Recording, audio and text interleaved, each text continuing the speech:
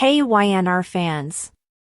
Waving hand, welcome to YNR Trends, your go-to spot for the juiciest Young and the Restless updates, shocking spoilers, and all the drama you can't stop talking about. From surprise returns to scandalous twists, we break it all down for you, every day. So grab your coffee, hit that subscribe button, and let's dive right into Genoa City's hottest gossip. According to spoilers for The Young and the Restless, Claire Newman and Kyle Abbott's reconciliation in the bedroom could not work out. When Claire puts the brakes on Kyle behind closed doors, will Audra Charles win? For what seemed like an eternity, Kyle was stranded in France with no means of communication with Claire. Claire, meantime, was saddened by Cole Howard's passing and is still attempting to understand what life is like without her father. It appears that Kyle and Claire haven't had a bedroom reunion since he returned from Nice because they have also had to cope with all of this Audra turmoil. Given everything Claire has been through, it's likely that Kyle hasn't wanted to put any pressure on her. But according to YNR spoilers, Claire and Kyle will eventually want to take that bold move. After all the chaos, Kyle and Claire might attempt to reconnect and become intimate if they have some alone time. Kyle might use this as an opportunity to separate Claire from Audra and block out the sounds. Maybe Kyle will see this as the ideal chance to let Claire know how much he loves her and to silence Audra. Unfortunately, if Audra has been able to successfully enter Claire's mind, there might be a problem. It's simple to see Claire recalling all that Audra had said about Kyle wanting her instead. In the middle of their bedroom reunion, Claire might lose it and tell Kyle to stop. Claire may even want to pose some challenging questions regarding what actually transpired in Audra's sleeping van at this point. Claire may end her own romantic encounter with Kyle and begin to inquire about the status of her relationship with Audra.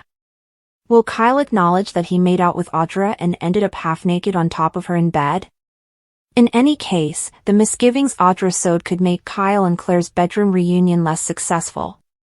If Audra destroys Claire and Kyle, she might triumph, but it might not last long if Claire goes ahead and destroys Audra and Nate Hastings' relationship. When Daniel plays her a song he wrote and she puts her arms around him, he is surprised and Tessa erupts into applause in Chancellor Park. He inquires about Mariah while they sit and Tessa demonstrates how to finger his guitar more skillfully. She leaves, explaining that her wife continues to avoid her relatives. Mariah is receiving therapy, but she doesn't see how it can aid in their collective healing considering the obviously sinister nature of the situation. Tessa questions whether she and Arya should be worried. She refuses to let Mariah in, even though she would stop at nothing to help her. Daniel advises Tessa to refrain from filling in the spaces with potentially incorrect theories and reminds her of the love she and Mariah share. Tessa fears that Mariah might have done something terrible from which she is unable to recover, perhaps her temper was triggered by Ian's homecoming. There might not be a way ahead. She acknowledges that this might be the end for me and Mariah. Will Mariah hear from Sharon? When Sharon gives Mariah an update on what transpired in Nice, she is taken aback in crimson lights. Sharon regrets not staying at home. Although Mariah makes an effort to avoid questions, her mother must know why she left her wife and child. Mariah adds that despite being in therapy, she continues to discuss Arya with Tessa. Sharon can't stop talking about this, even though it's obvious she doesn't want to. Mariah finally says that this is the way things must be. She needs to change if she wants to be in her daughter's life once more. Sharon is shocked to hear this because they all know she is a decent person and they don't understand why it would be required. Mariah corrects her, saying, "You don't realize that." Sharon contends that you must forgive yourself even though they have all done horrible things. She is repeatedly encouraged to open up by Sharon. Enough! Mariah loses her temper. She storms out after threatening to cut off contact with her mother. Will Audra tell the truth? Nate rushes into Audra's and Society's arms. She seemed to need it just as much as he does. As he and Amy worked out the funeral plans, he told her that life in Chicago was difficult. He fears that she is withdrawing and will stop undergoing therapy for her cancer. They can attempt to lift her spirits after the funeral.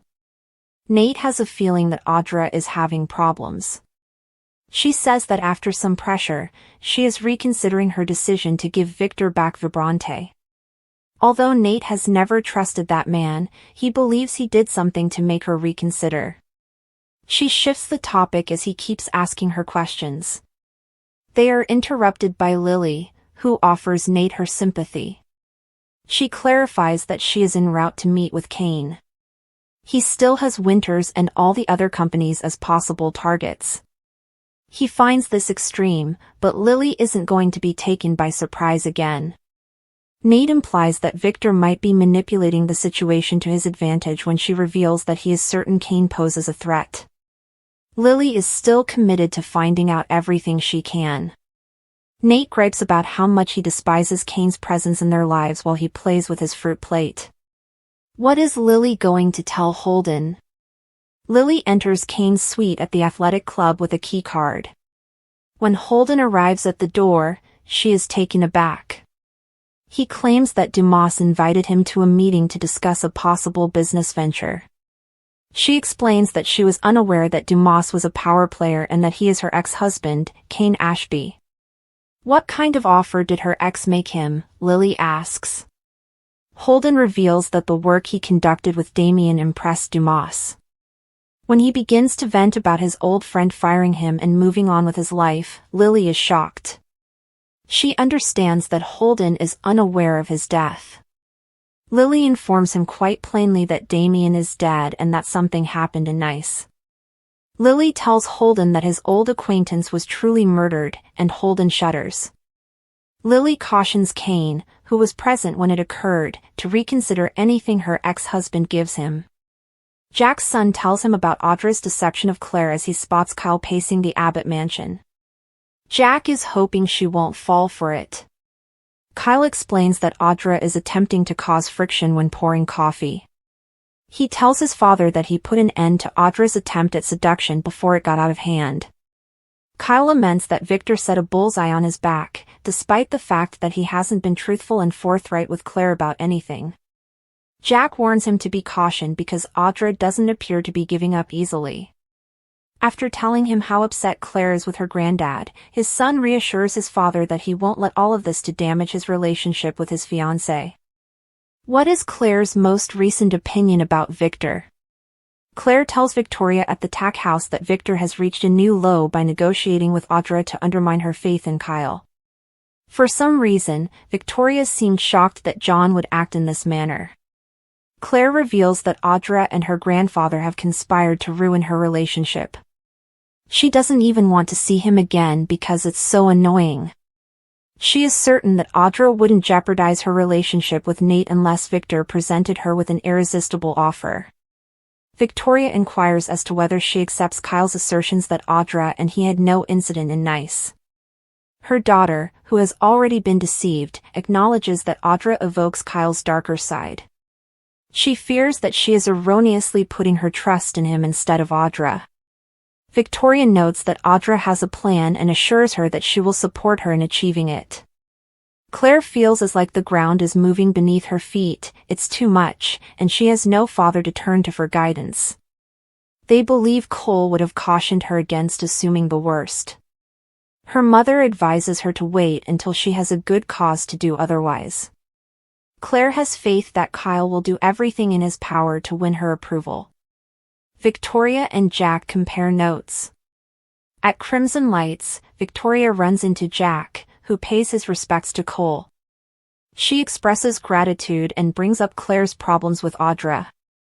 They tell Victor what they know about the scheme.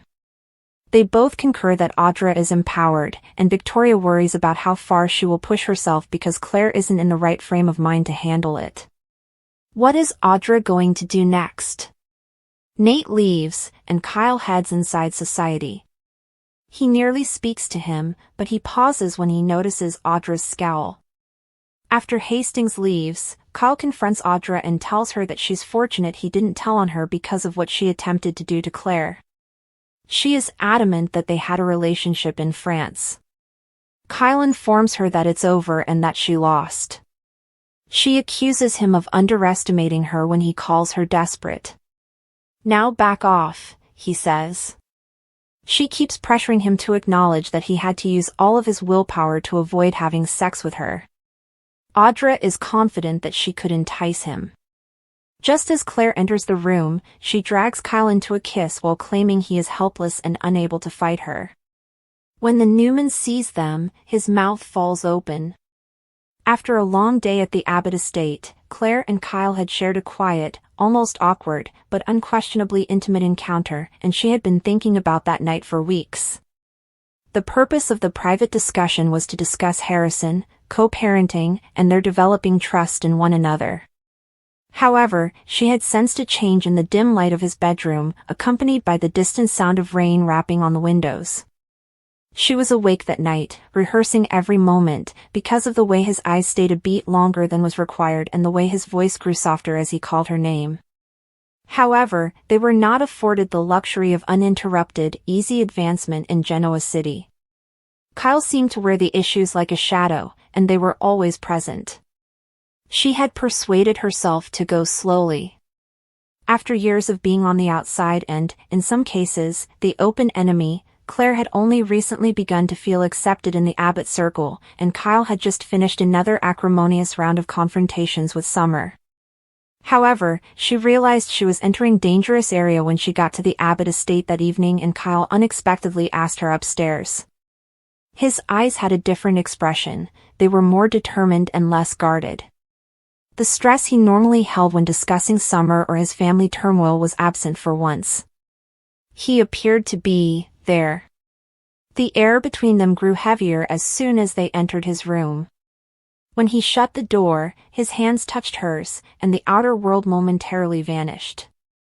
"I can handle this," Claire reminded herself. That she didn't have to consider every possible outcome before allowing herself this relationship. Even though Kyle's smile was fleeting, it was the type that made her want to wipe away all the hurt he had been harboring. She took a step forward. It was impossible to ignore the way his fingertips lingered against her skin as his hand raised almost instinctively to tuck a strand of her hair behind her ear. Then there was the interruption, a gentle but forceful knock that conveyed all of Jack Abbott's authority. Kyle's face darkened in exasperation, and Claire's breath caught. He murmured to himself, "Seriously?" and took a step back. The hall light spilled in as he opened the door just enough. Jack wasn't the one. It was Tracy, with a pale face and a firm grasp on her phone. "You must come downstairs, Kyle. Right now. It's crucial." There was haste, but no explanation. After giving Claire a quick look as though to apologize in silence, Kyle left her standing in the center of his bedroom, her heart still pounding. Minutes went by. In an attempt to calm herself, Claire sat on the side of his bed and gazed at the patterns in the carpet. Her chest still felt warm from their near moment, but now it was mingled with uneasiness. She had learned in Genoa City that good fortune was seldom kind and that every nearly ideal moment had a way of falling apart before it could come into its own. Something inside of her held her there even though she considered fleeing, sparing herself whatever new insanity was going to break out downstairs. When he came back, she wanted to see his face. She had to find out if the bond they were forming was robust enough to withstand another setback. The light in Kyle's eyes was vanished, and his jaw was clenched when he returned. "I apologize, Claire," he murmured quietly. "We will need to speak at a later time. Something is wrong with the business. My dad wants everyone in the study at the moment, and Audra is participating." Claire didn't inquire for specifics just yet. She swallowed the lump in her throat and simply nodded. It wasn't a rejection. It was town life, with all its constant disruptions. Nevertheless, she couldn't help but wonder if fate was speaking to her as she followed him downstairs. Perhaps they would never be in sync. Perhaps this served as a test to see if they could reconcile despite the world's apparent efforts to keep them apart. Claire's heart ached even more when she discovered something later that night as she was resting by herself in her bed.